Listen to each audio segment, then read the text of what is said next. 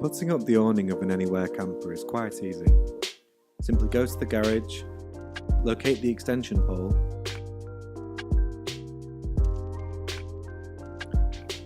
fit the extension pole into the awning extension socket and twist.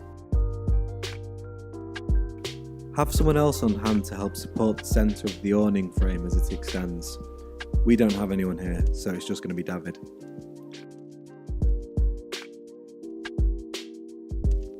Use these poles to support the awning.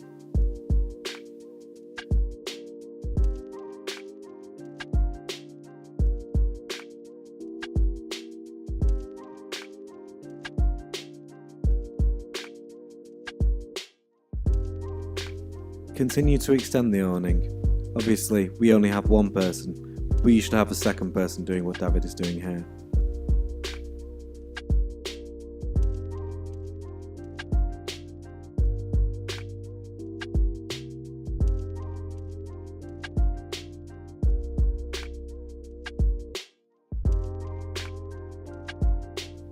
Once it's fully extended, use these support arms to make sure it's extra secure. And return the awning in the exact same way. And remember, the awning is only to be used to block yourself from the sun, not from wind or rain.